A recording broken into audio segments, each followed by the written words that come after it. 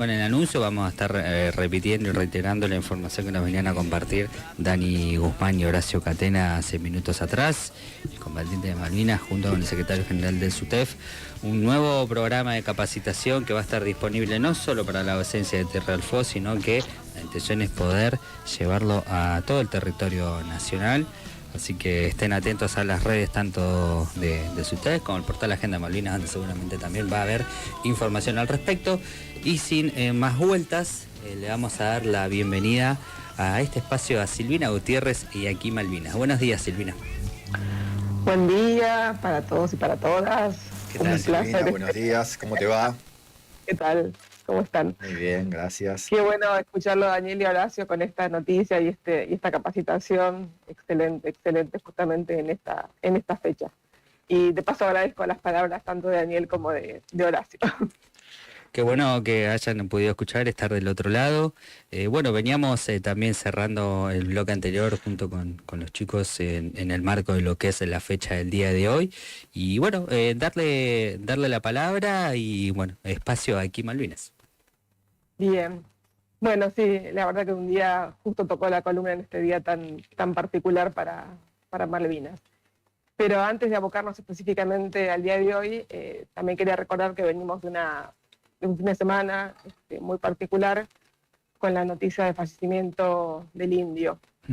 En esas enormes convocatorias que hubo tanto en Plaza de Mayo como en Avellaneda, fueron la verdad que muy emotivas, muy movilizantes, y algo que quería destacar es que además de los carteles con referencia al indio, obviamente, lo que más se escuchaba era Indio Eterno, Cristina Libre. Justamente hoy, que también se cumple un año en la injusta prisión de Cristina Fernández de Kirchner. Y también quería recordar con respecto al indio que hay un tema justamente que hace referencia a la guerra de Malvinas, que es Cuacua Amén, que fue estrenado en Cemento en 1987 y que habla puntualmente del hundimiento del crucero General Belgrano. Y el indio tuvo muchas referencias a Malvinas. En 2021 publicó un video sobre el tema, el tema Cuacua Amén, en el cual aparecían titulares de la época, testimonios de los sobrevivientes del hundimiento del crucero. También en 2022, donde tuiteó, por ejemplo, hay 649 muchachos que nos provocan emoción. Memoria para esto también, justamente en este contexto del Mundial, ¿no? Por lo de muchachos. Y la publicación la acompañó con un joven soldado que miraba hacia abajo y tenía una bandera argentina. Y también quería leer un tuit que me mandaron en relación a esto, que decía, es de un tal Lucas, que dice: con mis amigos estábamos convencidos de que el mejor plan para reconquistar las Islas Malvinas era armar un recital del Indio Solari allá y generar una invasión de ricoteros tan masiva e incontrolable que a los ingleses no les quedara otra opción que abandonar las islas. Me pareció muy ocurrente y por eso lo quería compartir. Pero bueno, como venían hablando hoy es el día de la afirmación de los derechos argentinos sobre Malvinas, Antártida e islas del Atlántico Sur. Ya hablamos la vez pasada, cuando hicimos referencia a la Revolución de Mayo, que una vez consumada la Revolución de Mayo y luego la independencia de 1816, Argentina comienza a administrar las islas a partir de 1820 bajo la tutela del gobierno de la provincia de Buenos Aires. Por eso en la columna anterior hablamos de todo esto, hablamos de cómo se construyó este primer pueblo argentino en Malvinas, Puerto Luis, que como siempre les recuerdo, tienen disponible este libro, que lo van a ver al revés, supongo. Así se construyó Malvinas, el diario de Emilio Bernet en Puerto de la Soledad en 1828-1831, que cuenta cómo se fue armando todo este pueblo. Era un contexto mundial de caza indiscriminada de mamíferos marinos, de ballenas, de lobos, de elefantes marinos, de focas. Y las costas de Malvinas se veían justamente amenazadas por esta depredación ilegal que hacían fundamentalmente buques de Estados Unidos y Gran Bretaña. Todo tiene que ver con todo y parece que el tiempo no ha pasado. Es por eso que un 10 de junio de 1829 se eleva Malvinas al rango de comandancia político y militar de las Malvinas y las adyacentes al Cabo de Hornos en el mar Atlántico. Ese era el nombre completo de esta entidad que se crea en 1829. Y justamente, como recién recordaba Daniel, Luis Bernet es nombrado en este cargo, ese primer comandante, con el objetivo de que cuente con las atribuciones jurisdiccionales correspondientes para poder preservar la soberanía argentina sobre los recursos marítimos de la costa de las Islas Malvinas. A veces se dice que es el primer gobernador, pero en realidad Malvinas en ese momento dependía de la gobernación de Buenos Aires, que era una comandancia. Este pueblo se había empezado a construir en 1826, pero su punto de apogeo llega a partir de 1829, cuando la población alcanza unas 150 personas fijas. Luis Bernet llega a Puerto Luis el 15 de julio de 1829. El decreto que lo había nombrado, que lo designa comandante, en su artículo 2 decía: la residencia del comandante político y militar será en la isla Soledad, y en ella se establecerá una batería bajo el pabellón de la República. Luis Bernet con su familia había partido el 19 de junio de Buenos Aires, tardó casi un mes en llegar, y viaja con su esposa, con María Sáez, que ahí tenemos el diario también que ella escribe, que también Daniel lo recordaba en este hermoso libro del papá de Clara Bernet, que fue Marcelo Bernet, que se llama Malvinas mi casa. Y ahí está todo el diario de María transcrito con mucha rigurosidad. María viaja embarazada y además lleva a sus hijos, Luis Emilio, que tenía 7 años, María Luisa, de 5 años, y Sofía, que todavía no caminaba. Además llevaron muebles, todo lo que hace falta para la casa, incluido un piano. Y también con ellos viajaron otras 23 personas, algunos de ellos con sus familias. En esa época no se registraba con tanta precisión quiénes viajaban, o sea, se nombraba a los hombres, que son estos 23, y algunos de ellos con su familia, que se iban a sumar a la población que ya existía en Malvinas. También llevaron 36 árboles, 30 ovejas merinas mestizas. Esto también desmiente que las ovejas fueron introducidas por los británicos. Es mentira, las ovejas fueron introducidas por Bernet. Llevaban también una vaca lechera, víveres. El barco en el que viajaron se llamaba la Betsy. Y cuando llega a Malvinas, lo esperaban Emilio Bernet, Loreto Sáez, que era el hermano de María, y todo un pueblo que estaba en plena actividad. Bernet asume formalmente el cargo el 30 de agosto, con prerrogativas similares a los de un gobernador, por eso a veces la confusión. La asunción se realizó en una ceremonia donde se cantó el himno, se enarboló la bandera, se tiraron 21 cañonazos con estos 3 cañones que aparecen en la puerta de la comandancia, y se repitió sin cesar el grito de ¡Viva la Patria! Allí también estaba presente el gaucho Antonio Rivero, y también acá recordamos el libro de Jorge Giles sobre el gaucho Rivero, padre de la causa Malvinas, quien cobró mayor relevancia luego de la ocupación británica de 1833. Así, con esta población en crecimiento y en aumento, también aumentó la necesidad de obtener madera para las construcciones de Puerto Luis. Y también era un producto que exportaba, porque algo muy llamativo es que justamente Malvinas exportaba madera cuando en Malvinas no hay un solo árbol autóctono. Ustedes hace poco entrevistaron a Sebastián Ávila y a los compañeros que viajaron a la Isla de los Estados, buscando justamente poder identificar dónde estuvo asentado este lugar en el cual Bernet había mandado un grupo de personas para que cortaran los árboles. También es un dato bastante poco conocido. Pero también en el resto de la isla Soledad se crearon estancias con corrales, porque la principal actividad de este pueblo era justamente poder atrapar el ganado cimarrón, carnearlo, exportarlo y también consumirlo en la isla para la población creciente. También se localizaron fondeaderos, se construyeron muelles, se crearon saladeros en Puerto Luis, y así fue que el muelle de Puerto Luis cobró gran relevancia ante el creciente desplazamiento de barcos entre las islas y el continente. Lo mismo ocurrió con la actividad del pescadero. Recordemos que también Puerto Luis exportaba pescado, además de la madera y la carne vacuna. O sea, era un pueblo que exportaba. Pensemos en ese año, 1729, desde antes en realidad, Malvinas exportaba tanto a Estados Unidos como a Brasil y otros puntos del continente. Era básicamente un pueblo de paz, de trabajadores, sin presencia militar, y este pueblo es el que fue atacado, como ya contamos, primero por Estados Unidos y luego fue usurpado por los británicos. Pero lo más importante de rescatar en este 10 de junio es que era un pueblo que ejercía soberanía y que era solidario con las embarcaciones que recalaban. Y acá quería leer un pedacito de este libro que se llama Las Malvinas, entre el derecho y la historia, de Marcelo Cohen y Facundo Rodríguez, que refuta un folleto británico que se llama Más allá de la historia oficial, la verdadera historia de las Falkland / Malvinas. Y ellos dicen: los actos de ejercicio de la función pública y otros de manifestación de la soberanía argentina durante la comandancia de Luis Bernet son numerosísimos.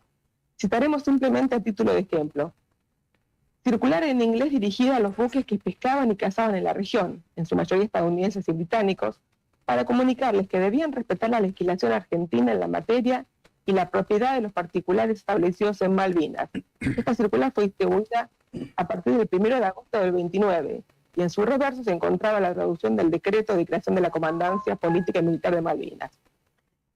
Segundo, ceremonia de entrada en funciones del 30 de agosto del 29 y conmemoración de las fiestas patrias. Ya habíamos hablado que en Malvinas se festejaban solamente 2 fechas, el 25 de mayo y el 9 de julio. Tercero, procesos de naturaleza penal. Cuarto, matrimonios civiles celebrados por el comandante político y militar de Malvinas, don Luis Bernet, el 25 de octubre del 29 y el 29 de mayo de 1830. Recordemos que el del 29 fue justamente el de 2 personas afros, que eran Antonio y Marta, que fueron casadas por Luis Bernet con el compromiso cuando vuelvan a Buenos Aires completen el trámite.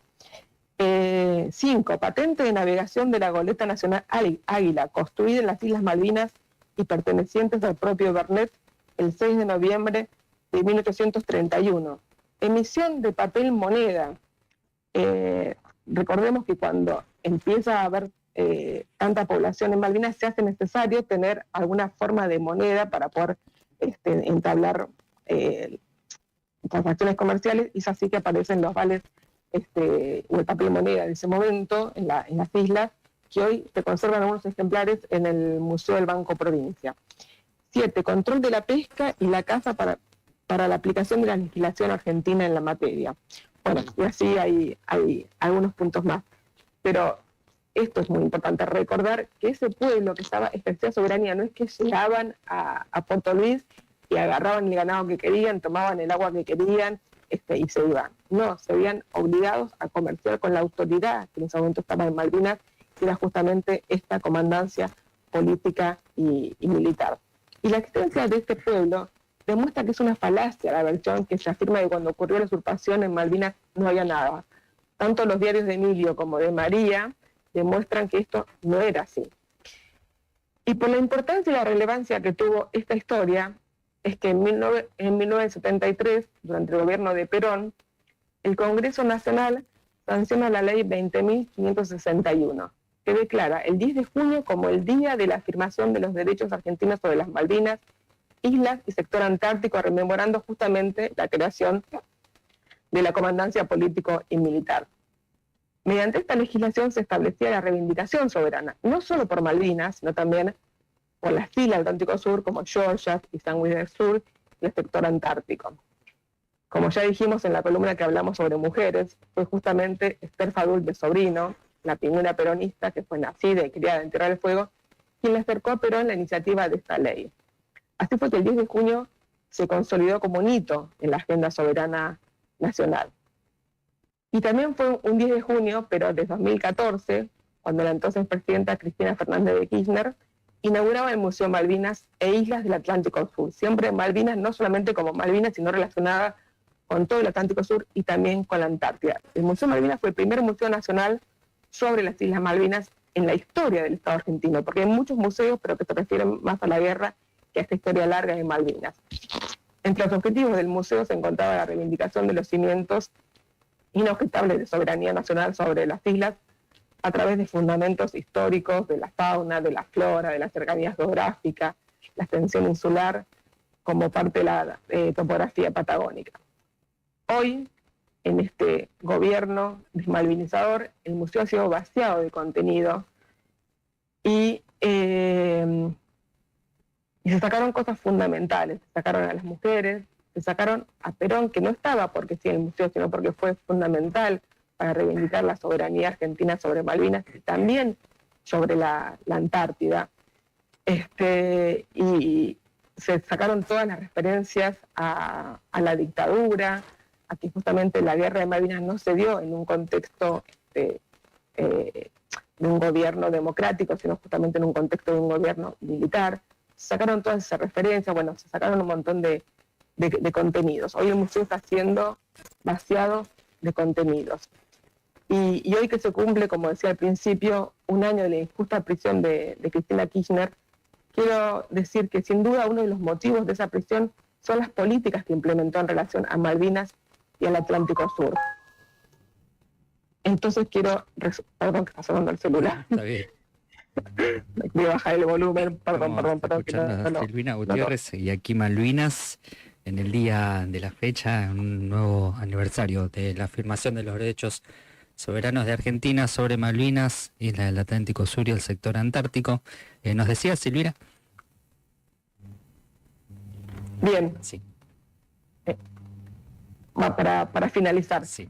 decía que en este primer año de que se cumple la aniversario de la prisión de Cristina Fernández de Kirchner, quería recordar las cosas más importantes que hizo con respecto a la causa Malvinas. La primera es la internacionalización del reclamo soberano, porque llegó este reclamo a los principales foros internacionales, ONU, bloques regionales, logrando amplios apoyos al reclamo argentino y fortaleciendo la presión para que el Reino Unido negocie. En segundo lugar, la construcción del respaldo regional y global. Se consolidó un fuerte acompañamiento de organismos como UNASUR, CELAC, Mercosur, Grupo de los 77 y China, que denunciaron acciones unilaterales británicas y respaldaron los derechos argentinos. Tercero, las políticas de memoria, verdad y soberanía. Se impulsaron medidas claves como la desclasificación del informe Rattenbach, que estuvo oculto desde el fin de la dictadura, junto con la creación del museo que mencionaba recién, fortaleciendo la memoria colectiva y la conciencia soberana. Otro punto es que se identificaron a los caídos y políticas para excombatientes. Se promovió el proceso de identificación de soldados en el cementerio de Darwin con la intervención de la Cruz Roja y se emplearon derechos, prestaciones y reconocimientos institucionales para excombatientes y sus familias. Otro punto es que la soberanía científica y el desarrollo estratégico, que ya también hablamos en otros momentos. Se creó la iniciativa Pampa Azul y se avanzó en la presentación del límite exterior de la plataforma continental, consolidando bases científicas y jurídicas para la soberanía argentina en el Atlántico Sur. Todo eso ocurrió durante los gobiernos de Cristina Fernández de Kirchner. Porque la soberanía no se declama solamente, se construye todos los días. Y esto es lo que se hacía durante el gobierno de Cristina. Y hoy vemos justamente, como recién hablaba Daniel y Horacio, todo lo contrario. Vemos un gobierno que no solamente admira a Margaret Thatcher, sino que no hace ningún reclamo por lo que está ocurriendo con la pronta explotación de petróleo en las cuencas linderas a Malvinas, que se amplían la zona de exclusión alrededor de Malvinas y no dicen nada. Entonces me parece importante recordar que esto no era así y que tenemos que conseguir volver a tener una política de Estado sobre las Islas Malvinas y toda la región del Atlántico Sur. Muchas gracias. Gracias, Silvina, a vos por tu palabra, por una nueva columna. Justo hablábamos con Ale antes de la pausa que fue una casualidad con un saldo positivo el hecho de que no hayamos podido contar el miércoles anterior que tuvimos que reacomodar la agenda para que pueda coincidir con esta fecha, así que en ese sentido lo celebramos, poder tenerte a vos en este espacio justo en un día tan importante, nos parece tiene un valor como agregado, ¿no? A eso quería llegar, sí, como un plus. Hacerte una consulta que me quedó ahí de lo que estuviste expresando, que fue algo que también dijo Dani y quería aprovechar que tenemos la oportunidad de hablar con vos, cuando expresabas que el día de hoy tiene un valor muy importante porque los habitantes y las habitantes de aquel momento de Malvinas era un poblado no militarizado y que rompe con cualquier tipo de discurso por parte del Estado usurpador británico en las Islas Malvinas respecto a una cuestión histórica muy importante, ¿no? De que la búsqueda de parte del Estado argentino en ese momento ya era instalar soberanía como desde el punto de vista de la ciudadanía, ¿no? De gente que puebla y habita el espacio con una población, lo que podríamos considerar normal, habitual, que vive su día a día. Bueno, poder consultarte desde tu visión y tu perspectiva respecto a la importancia de que la decisión política haya sido más generar un poblado y no generar un Estado militarizado o una comuna militarizada. Claro, porque, por ejemplo, el establecimiento británico que estuvo en Puerto de Egmont era solamente una fortaleza militar que además se instaló en forma ilegal, porque ya por el Tratado de Tordesillas esos territorios pertenecían a España y después pasaron a ser parte de lo que hoy es Argentina, y era solamente un fuerte militar. Esto tenía un objetivo diferente, era poblar este punto tan al sur, con una población que justamente no tenía presencia militar. O sea, no era una población que tenía que estaba preparada para pelear. No, era una población como había en cualquier otro punto del territorio argentino hasta ese momento, que la idea era producir, incluso había actividades para producir sus propios alimentos, hacían cultivos, trataban de tener árboles, trataban de... Las papas eran lo que más prosperó por el tipo de territorio, pero hacían leche, o sea, ordeñaban las vacas, hacían manteca, hacían quesos, había las familias holandesas que estaban encargadas de eso, el pescadero también, o sea, como que se fueron diversificando para poder autosustentarse de alguna manera, y también el hecho de poder tener una población instalada en Isla de los Estados es algo totalmente fuera de lo que sería una población militar, o sea, estaba pensada de otra manera. De hecho, también recorrieron no solamente Puerto Luis, porque siempre hacemos mucho hincapié en Puerto Luis, que fue este primer poblado, pero Bernet recorrió todas las islas y había estancias a lo largo de toda la isla Soledad, que ahí iban para poder capturar el ganado, porque era muy difícil trasladar el ganado a pie desde el sur de la isla hasta Puerto Luis, eran un montón de kilómetros, el ganado se cansaba, el territorio es como el que tienen obviamente ahí en Ushuaia, las turberas, complicado de transitar, entonces lo que hacían era ellos trasladarse hasta el lugar donde estaba el ganado, ponerlo en un rincón, carnearlo, sacarle el cuero para por el continente, por esta, hablamos también en otras charlas, estableció relaciones con María la Grande en el sur de Santa Cruz para tener un punto de contacto en el continente, con este comercio de ida y vuelta. O sea, no era un fuerte militar. De hecho, si hubiese sido un fuerte militar, quizás tampoco hubiese sido posible la usurpación. Era otra lógica. La de ese momento estaba pensado justamente en habitar las islas y desarrollar diferentes economías regionales en ese momento, en ese contexto de la mejor forma posible. Entonces sí, era un proceso de poblamiento con ese objetivo, y justamente eso también nos dan todos estos derechos de que fuimos una población, no era un asentamiento militar. Entonces eso también es lo que reivindica este libro que le decía de Marcelo Cohen y Facundo Rodríguez, que hablan de la importancia de este primer poblamiento en este punto del Atlántico Sur. Gracias por tu respuesta, Silvina.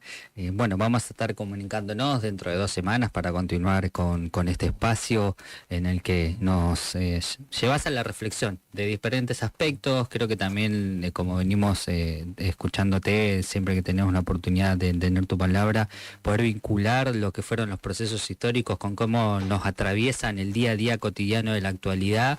Es un gran espacio que tenemos la oportunidad para que también la audiencia pueda pensar el territorio de Malvinas, no solo como lo que pasó, sino como lo que está sucediendo y lo que pasa actualmente con lo que es la usurpación británica en nuestro territorio.